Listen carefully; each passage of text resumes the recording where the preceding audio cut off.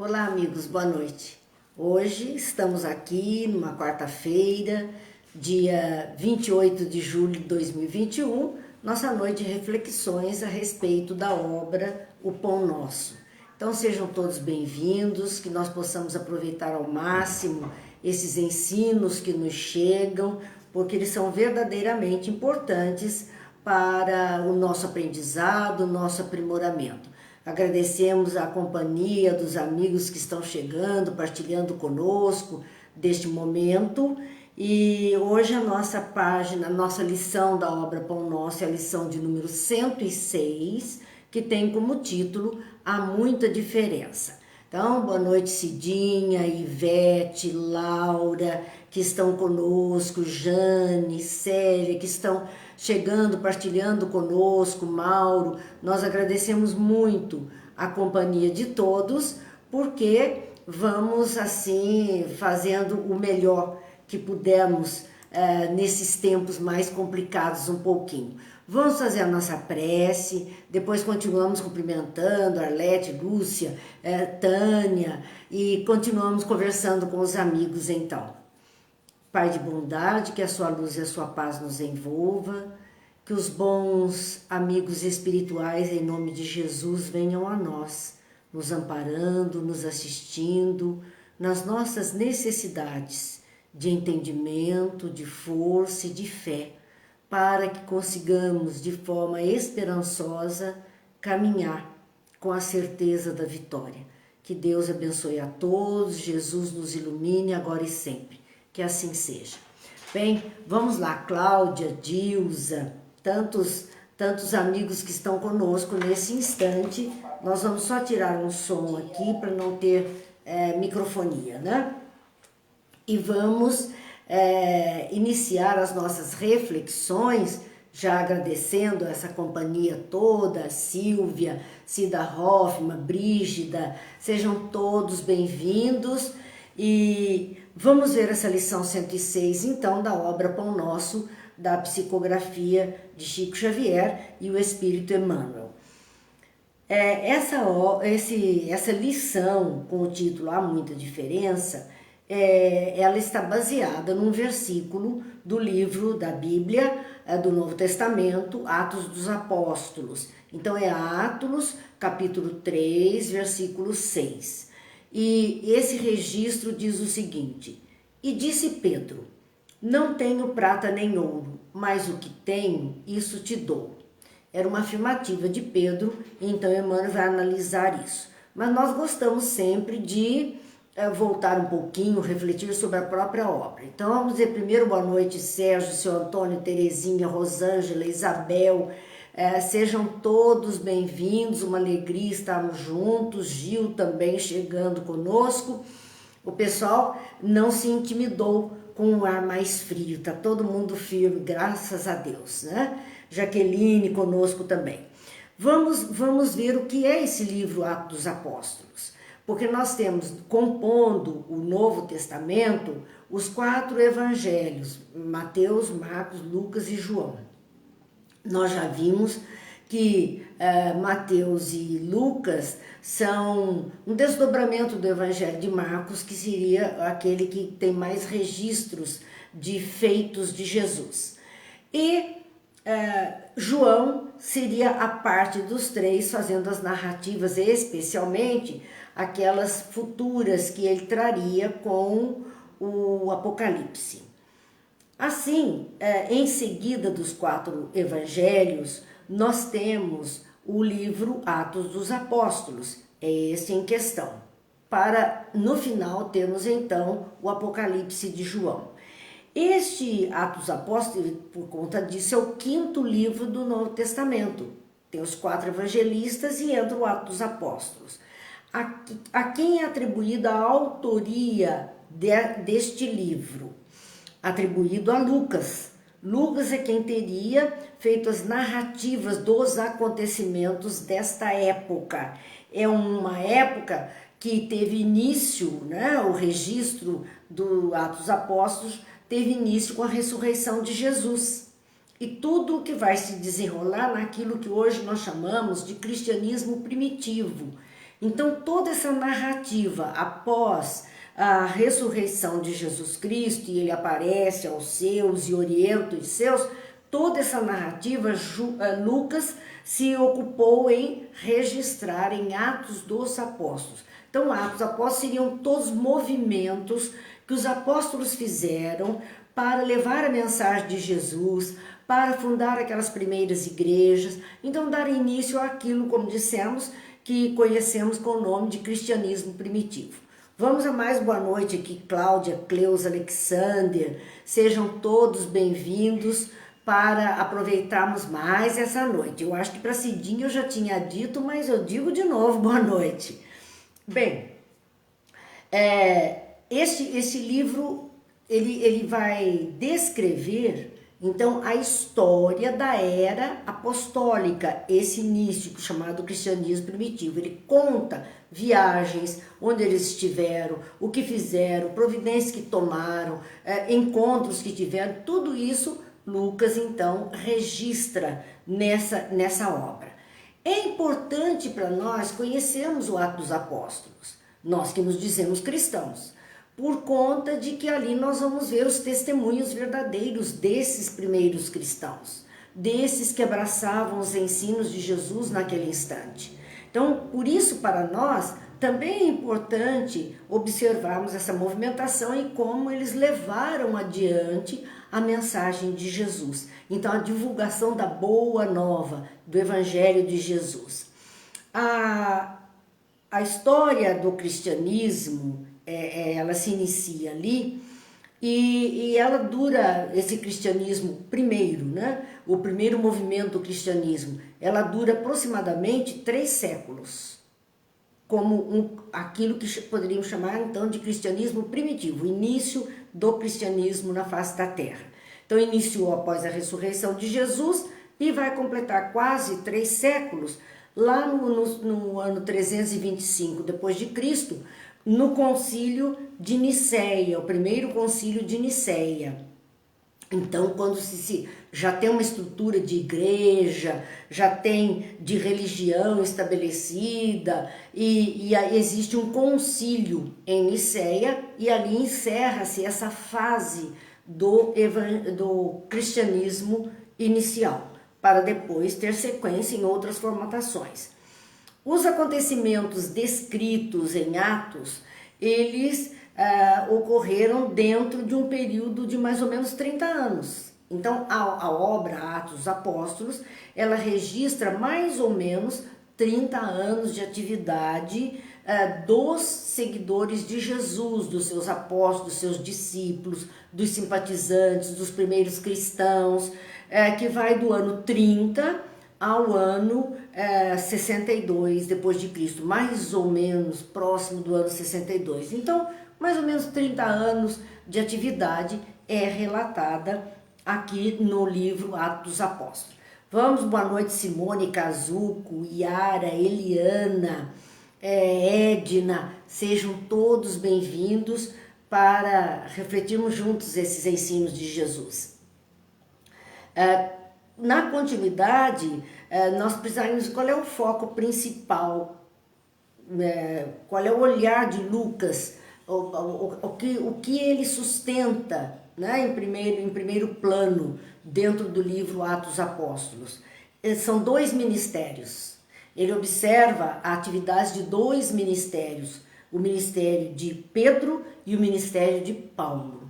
Então, toda a tarefa que Pedro fez, mesmo ali em Jerusalém, já começando com a Casa do Caminho, ou com a primeira igreja, que é considerada a Casa do Caminho em Jerusalém, tanto quanto todas as igrejas que Paulo foi fundando ao longo das suas viagens, levando os ensinamentos de Jesus. Então, esses 2 ministérios estão contidos, narrados aí dentro, esse movimento está narrado dentro do livro Atos dos Apóstolos, porque depois nós vamos ver as cartas de Paulo em sequência, dentro desse movimento que ele fez para implantar as ideias do Cristo para a humanidade. ele vai se correspondendo com aqueles grupos. Então são aquelas epístolas ou cartas que Paulo envia, também Pedro envia, outros apóstolos enviam. Elas também estão registradas ali no Novo Testamento. Então, neste livro, no capítulo 3, que é o que nos interessa para a reflexão de hoje, nesse capítulo 3, ele se inicia, vamos ver por que Pedro tinha dito, não tenho prata nem ouro, mas o que eu tenho, isso eu te dou. Quando ele teria dito isso? A quem ele teria dito? Nós vamos ver que o capítulo 3 de Atos Apóstolos inicia com Pedro e João.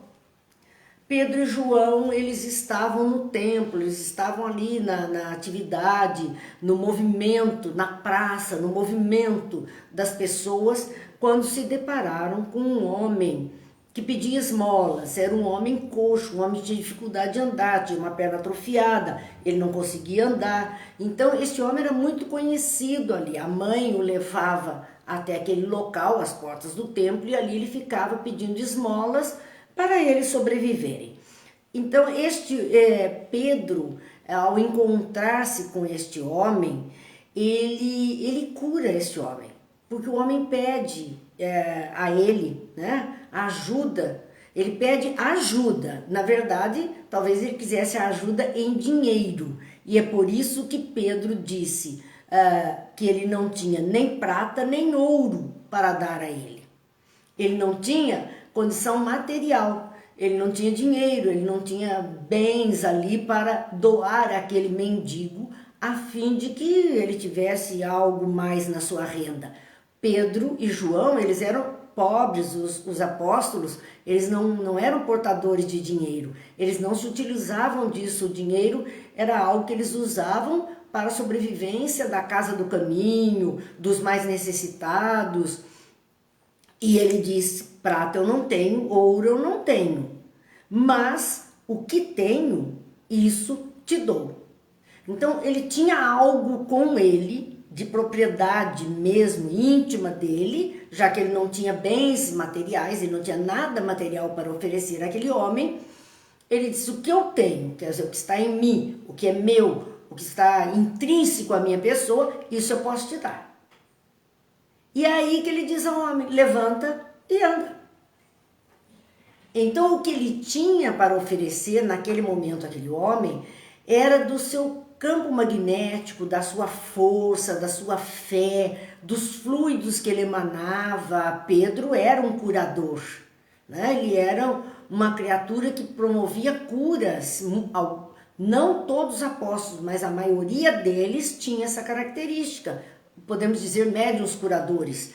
Eles realizavam curas em nome de Jesus, claro, envolvidos com a fé, com a oração, com as súplicas. Então o que ele tinha para oferecer àquele homem? Do seu próprio fluido vital, fluido magnético. É isso que ele podia oferecer àquele homem, energizando aquele corpo debilitado, fortalecendo o corpo debilitado.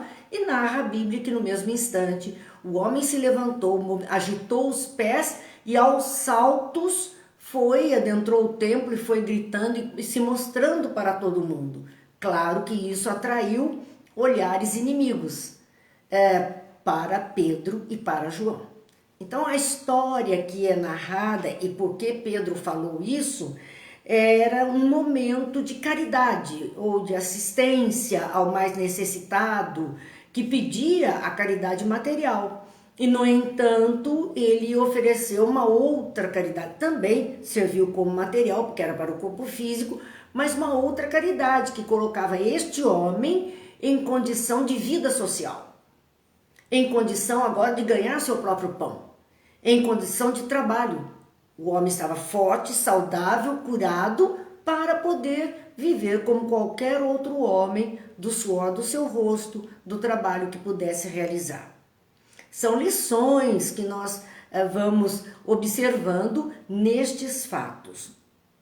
Emmanuel, então, vai fazer o comentário desse capítulo 3, que começa com essa história, e desse versículo 6º, onde Pedro diz essa frase que nós estamos verificando. Não tenho prata nem ouro, mas o que tenho, isso te dou. Emmanuel vai analisar isso, como nós dissemos, as lições de Jesus, elas são perfeitamente analisáveis por nós e aplicáveis ao nosso dia a dia, à nossa vida, à situação que estamos vivendo. Então, Emmanuel faz uma análise, iniciando a sua reflexão desta forma: é justo recomendar muito cuidado aos que se interessam pelas vantagens da política humana, reportando-se a Jesus e tentando explicar pelo Evangelho certos absurdos em matéria de teorias sociais. Puxa, parece que Emmanuel está falando para os dias atuais. Nós não podemos esquecer que Emmanuel teve uma vivência como um senador romano. Então, da política e dessa assistência social, dessas teorias sociais, ele conhecia. Ele já tinha experimentado quando encarnado. Então, como espírito, ele podia muito bem fazer essa análise com bastante propriedade, porque viveu a experiência junto de outros que também passaram pela mesma experiência. E ele inicia dizendo: é justo recomendar muito cuidado. A quem? Aos que se interessam pelas vantagens da política humana. Então, um alerta a todo aquele mal político, a todo aquele que aproveita-se da qualidade de político para algo em proveito próprio em relação aos seres que o colocaram naquele poder. Assim, vamos recomendar cuidado, porque eles se reportam a Jesus tentando explicar pelo Evangelho certos absurdos em matéria de teorias sociais. Inventam teorias sociais, sempre nós estamos vendo aqui uma obra bastante antiga, mas nós vamos ver em todos os governos, desde que o mundo é mundo, as teorias sociais sempre existiram. E algumas são algo difícil, algo complicado, alguma novidade que uma criatura cria, uma invencionice, uma ideologia que ela tenha, que é o campo das suas ideias funcionando, e ela quer justificar isto encaixando dentro dos ensinos de Jesus.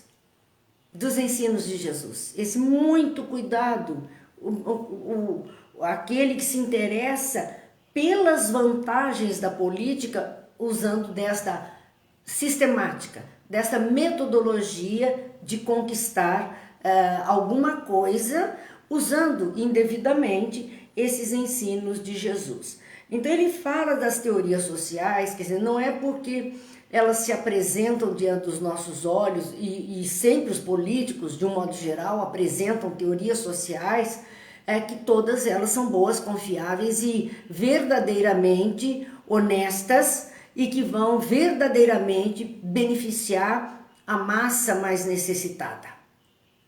Não, muitas vezes aquela criatura está fazendo isso para tirar proveito próprio. É o cuidado de analisarmos determinadas teorias sociais.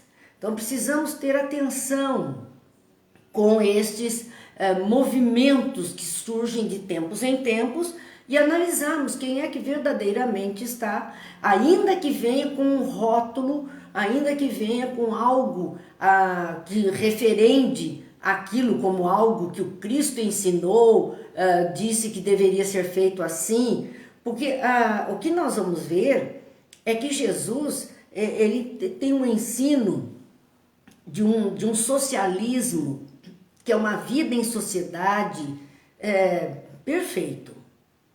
Não este que politicamente leva esse rótulo de socialismo. Não este. O verdadeiro socialismo que Jesus apresenta é outro, que não este que nós estamos vendo na nossa atualidade do mundo, que existiu como uma opção política, como um sistema de governo. Não, não é esse. Então é algo diferente, só que muitos usam aquelas vivências de Jesus torcendo para este campo que atende mais a necessidade de alguns do que verdadeiramente dos que necessitam. Assim, é preciso cuidado e Emmanuel está falando disso. Quase sempre a lei humana se dirige aos governantes. Quando ele diz se dirige, quer dizer, ela favorece os governantes. E também não é difícil a gente entender isso, que aqueles que estão nas câmaras legislativas, que estão com essa responsabilidade, pensem, formulem, organizem, votem, estruturem, coloquem em vigência leis que atendam muito mais àqueles que estão no governo do que aqueles que são governados. Sempre a gente vê algo nesse aspecto de tirar proveito para aqueles que estão na governança do que para aqueles que estão sendo governados. Então, quase sempre a lei humana, ela beneficia os governantes e dentro de uma fala assim, segundo Emmanuel, o que tens me pertence ao Estado. O que tem pertence ao governo. O que tens me pertence. Então eu dito as regras, eu assumo tudo isso e você trabalha para mim. Então você, na verdade, não tem nada. E aí, no cristianismo, percebam bem, nós falamos em socialismo, podíamos falar vamos usar aqui o cristianismo mesmo, palavras terminadas em ismo, que não significa um comportamento geral, mas também significa uma patologia. Palavras terminadas em ismo podem significar uma patologia, uma doença. E quando nós vemos aqui, então no cristianismo, diferente dessa condição de aproveitar-se dos governados e da governança em benefício próprio, no cristianismo Pedro está dizendo, o que tenho, isso te dou. É inverso, não é o que você tem que me pertence. O que eu tenho, eu posso doar a você. É meu pertence e eu posso doar, eu te dou. É uma forma diferente, em vez dos líderes estarem recebendo, os líderes podem oferecer o que eles têm. No caso, aqui Pedro não tinha, materialmente falando, o que oferecer àquele homem, mas ele tinha condições de saúde para aquele homem, a fim de que aquele homem se reestruturasse, se reorganizasse e fizesse uma parte perfeita de vida em sociedade, sendo uma pessoa digna, um trabalhador, aquele que ganha o pão de cada dia. É este inverso que nós então vamos observar aqui dentro do cristianismo, oportunizando vida saudável àquela criatura. Foi isso que Pedro fez. Então Emmanuel continua refletindo, dizendo: já meditaste na grandeza do mundo quando os homens estiverem resolvidos a dar do que possuem para o edifício da evolução universal? Se nós já paramos para ver isso, para pensar isso, como será o mundo, a grandeza que o planeta vai ganhar, que o mundo vai adquirir, a beleza, o equilíbrio, o progresso, quando os homens, ou seja, os seres humanos, ele está falando isso como os seres humanos estiverem resolvidos a dar. Resolvidos a dar, porque todos temos a possibilidade de dar alguma coisa. A questão é, eu estou resolvida a dar do que tenho? É aquilo, por menos que eu tivesse, nós já vimos páginas assim, onde não se tem o bem material, mas você tem um sorriso, você pode dar um sorriso que não custa nada. Você pode cumprimentar uma pessoa, você pode estender as mãos, você pode ter uma gentileza. Isso é dar de si. Dar de si. Então todos nós, não tem ninguém tão rico que não precise receber, ninguém tão pobre que não tenha o que dar. O rico precisa sim desse sorriso, precisa muitas vezes de uma gentileza, o pobre, por sua vez, pode dar nesse instante algo desse tipo. Porque nós só podemos dar o que temos. Nós não podemos dar além daquilo que somos proprietários verdadeiramente falando. E nós só temos o que somos. Então só podemos dar de nós mesmos. Tudo mais que é material, nós podemos perder numa fração de segundo. Mas o que somos, né? A formação do nosso caráter, da nossa educação, da nossa fraternidade, isto é propriedade. E isto nós podemos doar. O intelecto, a capacidade de auxílio de todas as formas a alguém, isso é uma possibilidade que todos têm. Então ele disse, você já imaginou o mundo como será o dia que as criaturas humanas estiverem resolvidas a dar do que possuem, quer dizer, aquilo que cada um tem, verdadeiramente, os talentos que estão em nós, para esse edifício da evolução do mundo? Todos podemos contribuir, mas é que nós temos que tomar essa resolução, nós temos que querer fazer isso, contribuir para esse mundo melhor. Às vezes a gente fica cobrando muito que os outros façam, que os outros façam, que os outros façam, e não movemos uma palha, não nos dispomos a poder. Ah, mas eu não tenho nada. Como não tem nada? O que é que Pedro deu mesmo? Ele deu do seu magnetismo. E isso é coisa que nós podemos dar através até de uma oração em direção a alguém. O nosso magnetismo, a nossa energia veste nossas palavras e nosso pensamento e atinge o alvo. Então nós podemos dar. Isso eu posso dar. Não tenho ouro nem prata, mas isso eu posso dar. Então são coisas que nós temos que começar a pensar o que é que verdadeiramente temos e podemos contribuir para este mundo melhor que nós queremos para nós mesmos e para os outros. São as nossas atitudes. O que nós podemos dar são as nossas atitudes. E assim, Emmanuel vai comentar então da caridade comum que poderia ser feito, das instituições de benemerência pública que existem.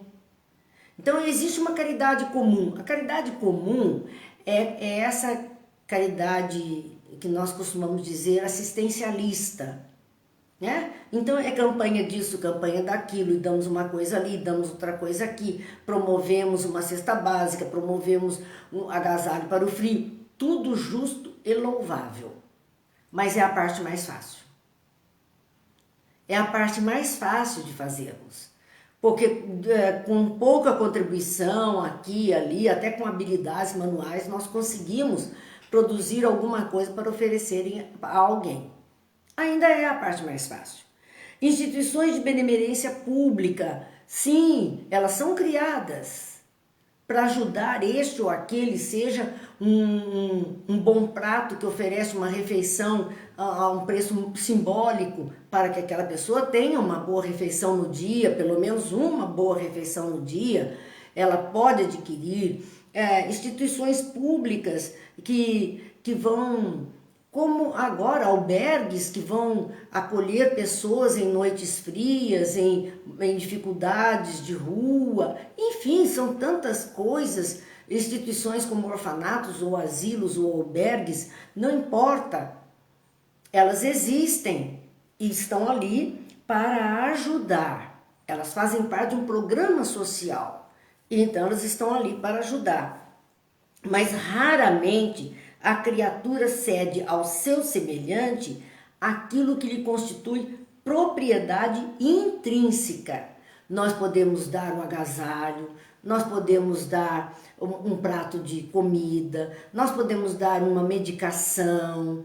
Tudo isso nós damos e damos com gosto e nos sentimos bem em poder dar. Mas raramente damos ao semelhante aquilo que é nossa propriedade. Então, o que é nossa propriedade? Nossas virtudes, nossa capacidade, inteligência, nosso conhecimento das coisas, nossas energias, né? Nossos campos magnéticos através de uma oração, de uma vibração, de um passe, mesmo à distância. Tudo isso é nossa propriedade. Então, raramente damos um sentimento junto, às vezes, com as coisas materiais ou até sem as coisas materiais. Raramente damos um sentimento às outras pessoas. Então, somos capazes de, materialmente falando, colaborar, mas raramente tratamos os outros como gostaríamos de ser tratados. Então, é disto que Emmanuel está falando e eu só posso dar aquilo que é minha propriedade intrínseca. Isso raramente eu dou, eu não quero me envolver. Então, eu não quero me envolver. É sempre uma colocação desse tipo que na maioria das vezes nós fazemos. Quando o envolver-se, direcionando-se ao outro, é o mais importante.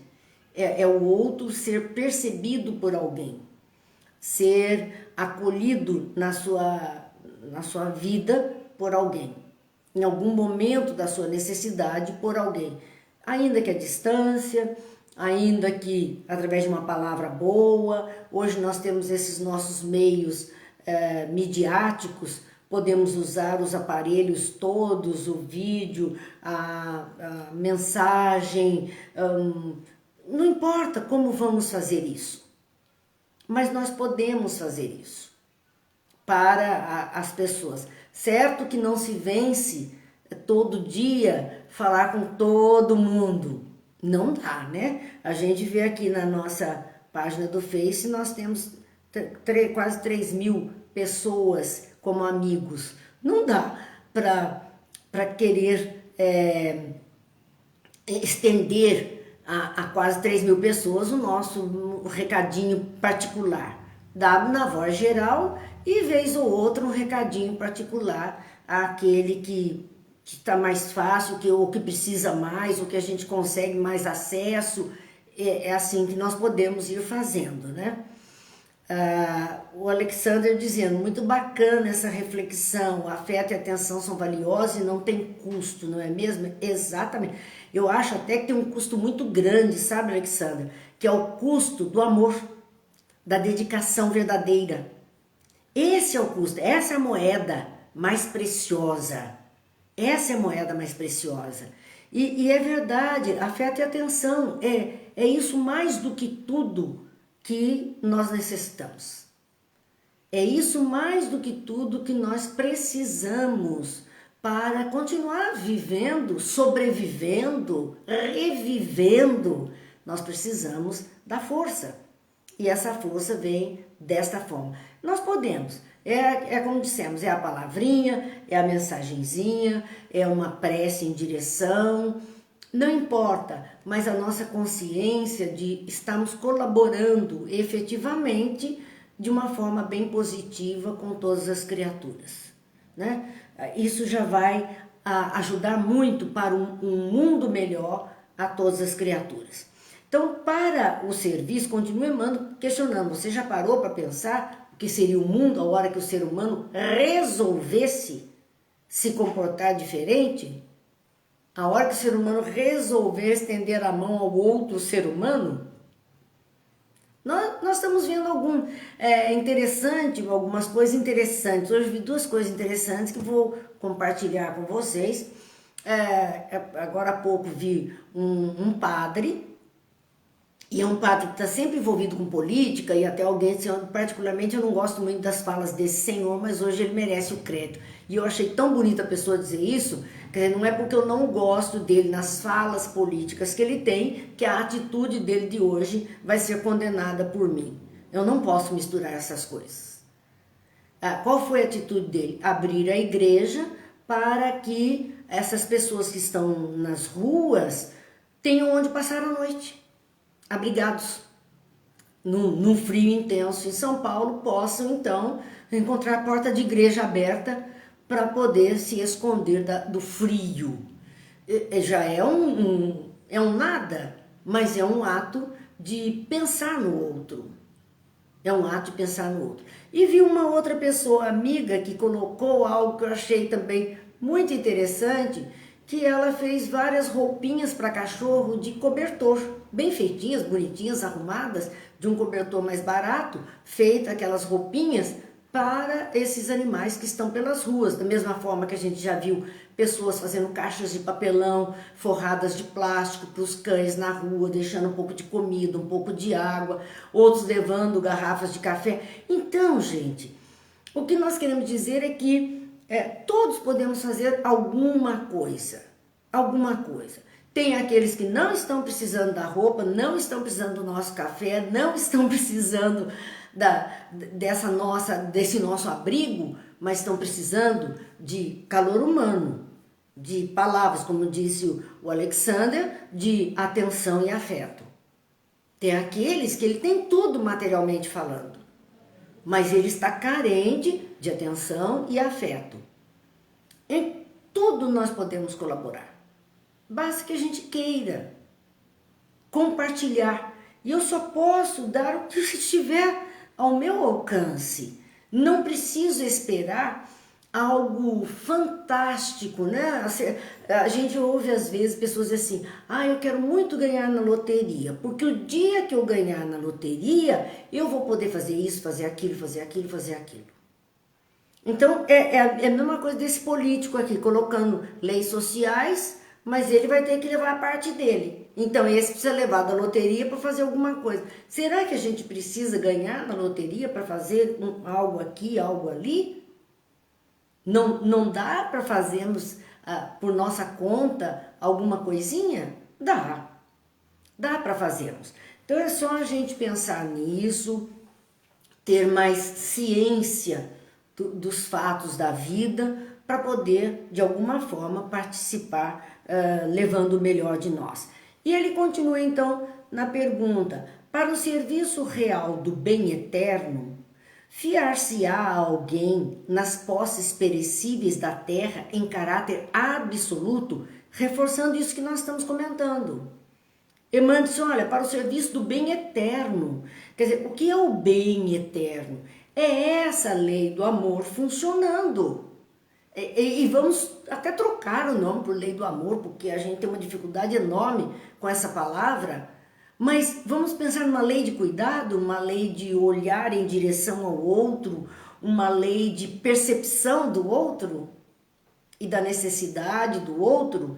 Então, para o serviço real do bem eterno, algo que o outro vá ficar, algo que sirva para contribuir em benefício de um mundo melhor. Então, para esse serviço, fiar-se a alguém nas posses perecíveis da terra? Será que é só o dinheiro? Quando Jesus estava olhando o templo de Jerusalém junto dos seus e eles enaltecendo, porque o templo de Jerusalém foi levantado 3 vezes e destruído, né? Então eles olhando aquela maravilha do templo, o que Jesus disse? Que ele seria destruído. Que em breve aquele templo seria destruído. Aquilo não era o mais importante. O templo, parede, não era o mais importante. Quando Jesus disse a Francisco de Assis, Francisco, edifica a minha igreja. Francisco saiu juntando pedras para fazer as paredes de uma igreja, para fazer uma construção de matéria terrena, que eram as pedras, a argamassa, as telhas para fazer o telhado, enfim. Ele edificou. Ele entendeu o que Jesus pediu. Edifica a minha igreja. Vou construir uma igreja para Jesus. O dia que a igreja estava pronta, que foi a primeira missa dentro da igreja, ele ouviu novamente a voz de Jesus dizendo, Francisco, edifica a minha igreja. E só aí que ele percebeu do que é que Jesus falava. Iglesias ou igreja significa uma assembleia, um grupo de criaturas voltadas nessa mesma intenção, seja da adoração, da prece, enfim, eram aquelas criaturas que se juntavam, eram as igrejas. Quando nós falamos que Paulo fundou igrejas, não é que Paulo saiu fazendo capelas, nem igreja matriz, nada, ele não fez nada disso. As igrejas eram pequenos núcleos, iglésias, dentro dos lares.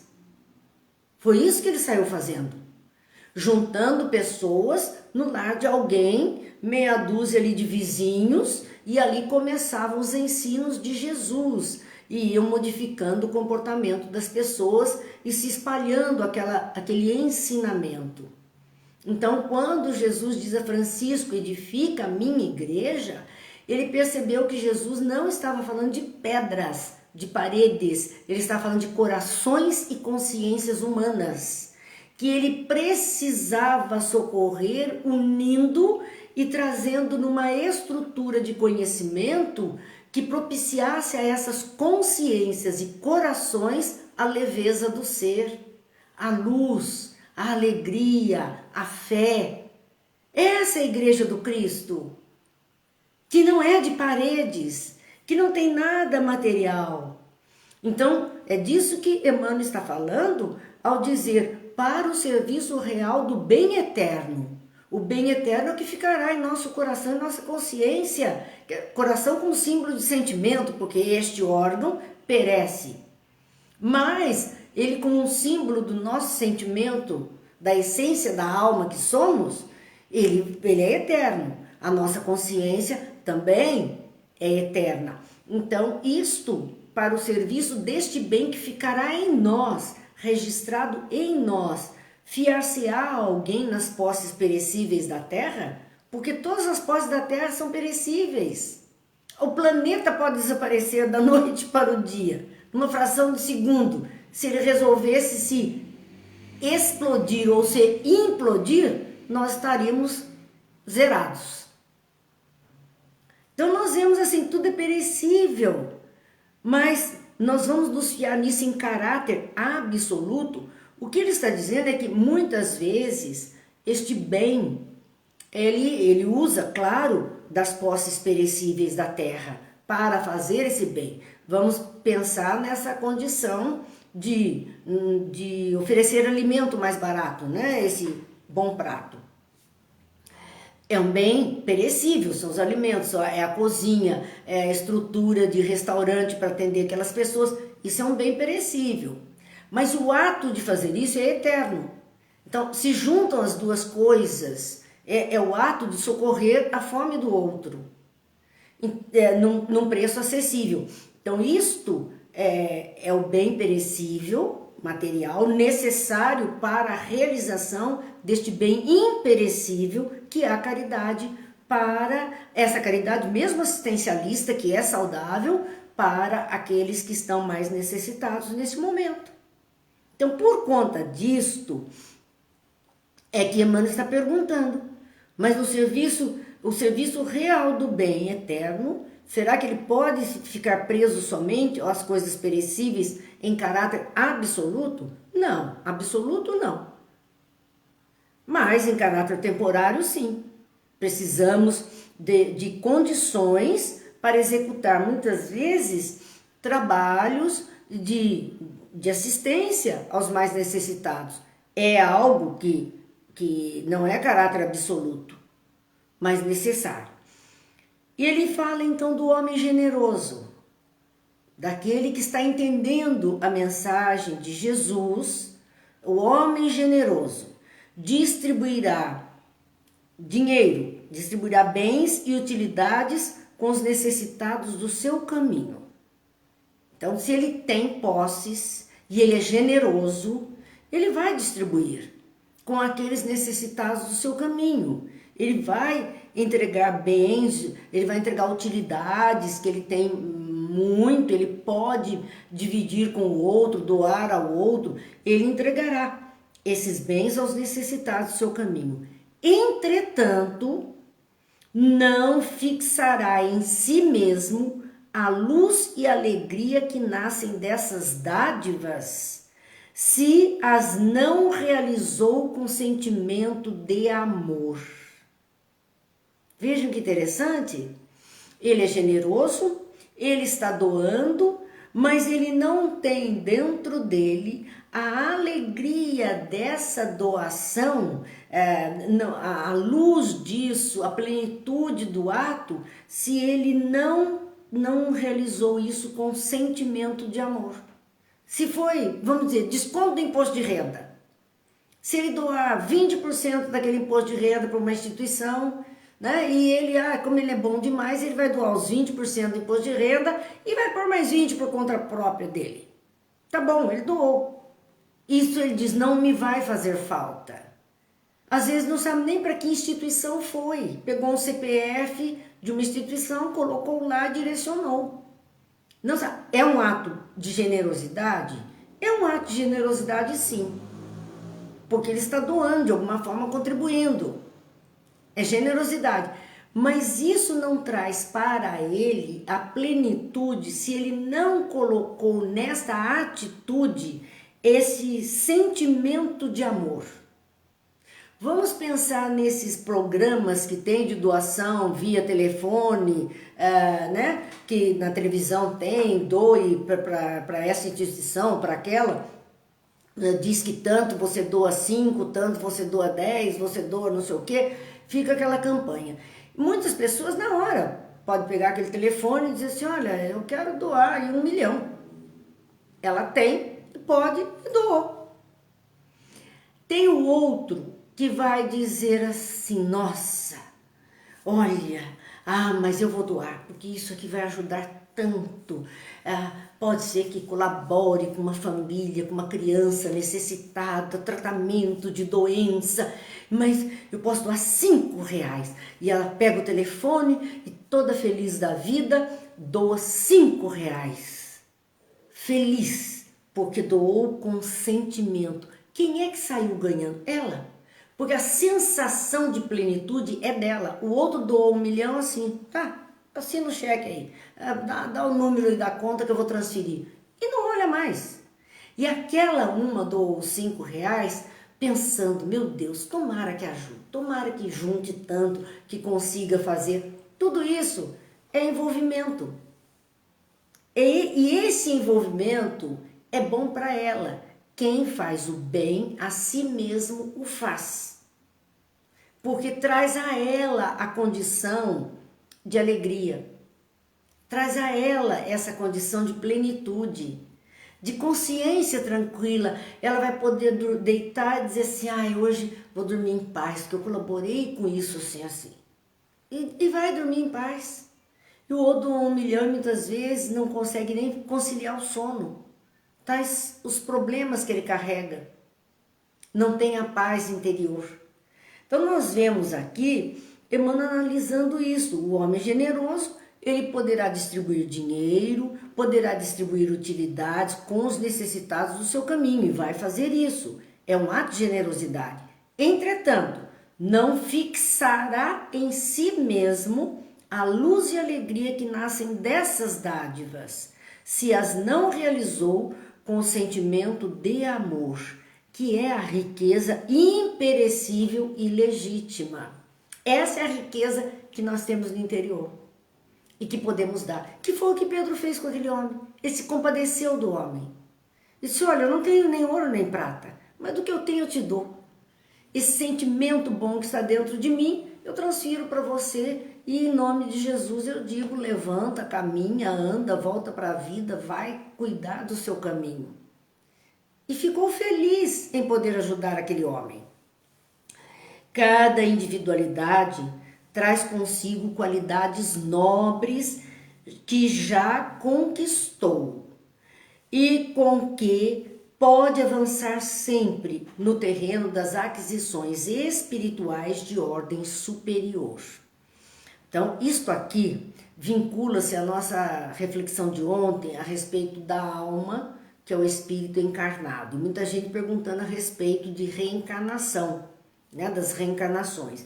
Nós vimos ali que ao chegarmos à qualidade angélica, de pureza de alma, de sentimentos, não precisaremos mais reencarnar, porque não estaremos mais cometendo enganos. A reencarnação será enquanto cometemos enganos ou enquanto estivermos em ignorância das verdades que precisamos aprender. Aí estaremos reencarnando. Até nos perguntaram se na Terra, né, teria espíritos primitivos ou que nunca reencarnaram. Não, na Terra não mais. Em outros mundos sim, mundos primitivos, porque aqui não é mais um mundo primitivo. Então todo mundo que está aqui já está experienciado em várias reencarnações desde uma época primitiva. Aqui não tem lugar para uma alma iniciar a sua trajetória. Aqui já são as almas que estão caminhando, mas não aquelas que estariam recém-saídas da mão de Deus para começar o seu processo evolutivo. Não, essas ficariam para mundos primitivos, porque aqui não teria condição para elas ainda. É quase que uma criança querer direto entrar numa faculdade, um aluno querer pular um punhado de séries e entrar adiante. Ele não teria capacidade para seguir, então não entraria. Aqui o que Emmanuel está registrando é isso. Cada individualidade, quer dizer, cada ser, cada um de nós, traz consigo qualidades nobres que já conquistou.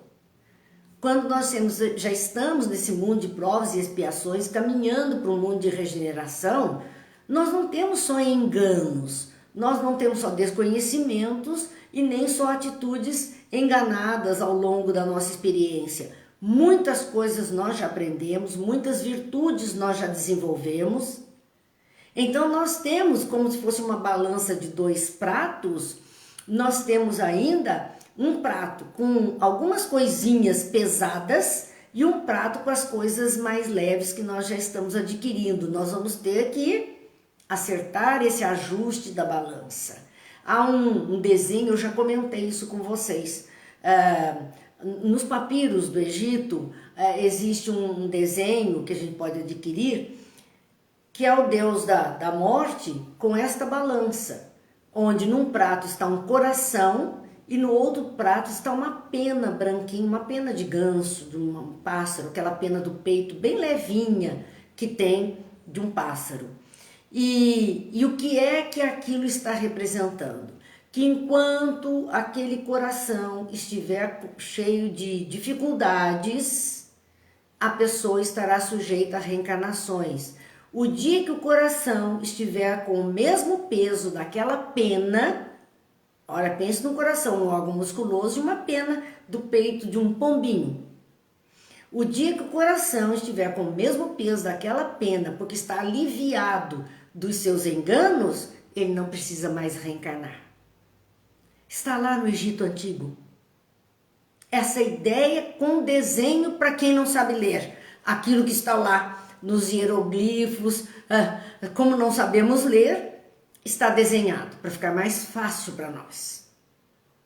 Desenhado para que a gente entenda. E é o que Emmanuel está dizendo, cada um de nós está trazendo consigo qualidades nobres. Nós já desenvolvemos qualidades nobres, que já conquistamos ao longo de muitas vidas, de muitas experiências, e com que nós podemos avançar sempre. Com essas qualidades, nós somos temos um aval para seguir adiante, temos um aval para uma nova experiência, para seguir adiante. Vamos seguir adiante no terreno das aquisições espirituais de ordem superior, chegar à angelitude. Então, cada vez que conseguimos amealhar qualidades nobres da alma, que são as virtudes, nós vamos nos capacitando a mais virtudes, a mais qualidades nobres, a ir à frente, a ascender. O coração vai ficando leve, como no desenho que existe no Egito, o coração vai ficando leve como uma pena e nós podemos então ser levados a planos a planos superiores da evolução. Não ouvides a palavra amorosa de Pedro. Quer dizer, não esqueça o que Pedro disse. Eu não tenho ouro, eu não tenho prata, mas do que eu tenho eu posso lhe dar. Foi isso que Pedro disse àquele homem. Não esqueça essa palavra, porque foi um ato de amorosidade dele. Eu não tenho bens materiais, mas o que de mim eu tenho, eu posso te dar. E dá de ti mesmo no esforço de salvação. Porquanto quem espera pelo ouro e pela prata, a fim de contribuir nas boas obras, em verdade ainda se encontra distante da possibilidade de ajudar a si próprio. Percebam que o chamamento, quando Emmanuel diz, há muita diferença no comportamento entre dar coisas e se dar nas coisas que dá, a diferença é muito grande. E ele chama atenção para isso. Não esqueça a palavra de Pedro. Eu não tenho ouro, não tenho prata, mas o que eu tenho, isso eu posso te dar. Quer dizer, o de mim, o que de mim existe, as qualidades que eu já tenho, isso eu posso te contribuir com você. Então, ele diz, olha, no esforço, mas não esqueça a palavra, no esforço de salvação. Mas não é de salvar o outro, não. É amealhar coisas em nós para a nossa salvação. Para nos colocarmos a salvo dessa corrupção do mundo. Lembram do corpo corruptível, o corpo que se corrompe, a corrupção da matéria, a matéria que se desgasta. Então vamos nos colocando a salvo apenas desse interesse material. Voltando os nossos olhos para o que é espiritual. E ele reforça, a quem espera pelo ouro e pela prata. Então pelas condições materiais mais favoráveis. Né? O ouro e a prata representam o poder material. Então, quem espera esses recursos materiais mais favoráveis a fim de contribuir nas boas obras, e as boas obras são desde a nossa vida social, e vida social começa em família, começa dentro do lar, é a primeira célula de sociedade que nós conhecemos ao reencarnar. Então, quando nós não esperamos alguma condição para poder acudir o outro, ajudar o outro, estender ao outro um olhar, uma atenção, eles, esperando para fazer boas obras, em verdade ainda se encontra distante da possibilidade de ajudar a si próprio. Não estamos nem qualificados para nos ajudar, para essa autoajuda que precisamos fazer. Por isso que a doutrina espírita, ela vem nos chamando a atenção para o autoconhecimento. Aquele homem, conhece a ti mesmo, olha para você mesmo, observa essas coisas. Então, esse é o autoconhecimento. Para que esse autoconhecimento? Para podermos fazer essa autotransformação. E é essa autotransformação que nos leva ao autoamor, ao amor por nós mesmos que se reflete. Porque aí eu tenho elementos saudáveis em mim que posso oferecer ao outro nos meus campos energéticos. Então é para a gente pensar, a lição é muito boa e nós chegamos no final da nossa noite de quarta-feira. Aqui está a nossa água, um elemento material, aguardando o elemento espiritual. É disso que Emmanuel está falando, nós podemos juntar as coisas e devemos juntar as coisas. Então, que a nossa água seja magnetizada pelo mundo espiritual, que sejam depositados nelas os fluidos que cada um necessita, saudáveis, curadores, calmantes, energizantes, o que cada um precisa para se sentir melhor. Que sejam abençoadas as águas à cabeceira dos doentes, para que consigam se restabelecer a força necessária e passar pelo momento difícil de forma mais amena, mais confiante, mais fé. Que tudo, que o mundo possa receber esses fluidos, que eles fiquem nas águas para aqueles que vão sorvê-las, a fim de que tenhamos uma qualidade melhor. E vamos fazer, encerrando a nossa prece de Cáritas. Deus, nosso Pai, que sois todo poder e bondade, dai força àquele que passa pela provação. Dai luz àquele que procura a verdade e ponde no coração do homem a compaixão e a caridade. Deus, dai ao viajor a estrela guia, ao aflito a consolação, ao doente o repouso. Pai, dai ao culpado o arrependimento, ao espírito a verdade, A criança o guia, o órfão o pai. Senhor, que a vossa bondade se estenda sobre tudo o que criaste. Piedade, Senhor, para aqueles que não vos conhecem, esperança para aqueles que sofrem. Que a vossa bondade permita aos Espíritos Consoladores derramarem por toda parte a paz, a esperança e a fé. Deus, um raio, uma faísca do vosso amor pode abrasar a terra. Deixa-nos beber nas fontes desta bondade fecunda e infinita, e todas as lágrimas secarão, todas as dores acalmar-se-ão. Um só coração, um só pensamento subirá até vós como um grito de reconhecimento e de amor. Como Moisés sobre a montanha, nós vos esperamos com os braços abertos. Ó bondade, ó beleza, ó perfeição, e queremos de alguma sorte alcançar a vossa misericórdia. Deus, dá-nos a força de ajudar o progresso, a fim de subirmos até vós. Dá-nos a caridade pura, dá-nos a fé e a razão, dá-nos a simplicidade, que fará de nossas almas o espelho onde se possa refletir a vossa divina misericórdia. Que Deus nos abençoe, que Jesus nos ilumine e que possamos verdadeiramente vibrar, contribuir com esse mundo melhor. É para isso que estamos aqui também. Estamos por nós mesmos e estamos pelo mundo melhor que Jesus está confiando a cada um de nós. Vibremos, oremos, tenhamos nossos pensamentos positivos reforçados, tenhamos ações mais dignas e com certeza esse mundo melhor virá, porque é esse o desejo do Pai, é esse o desejo de Jesus.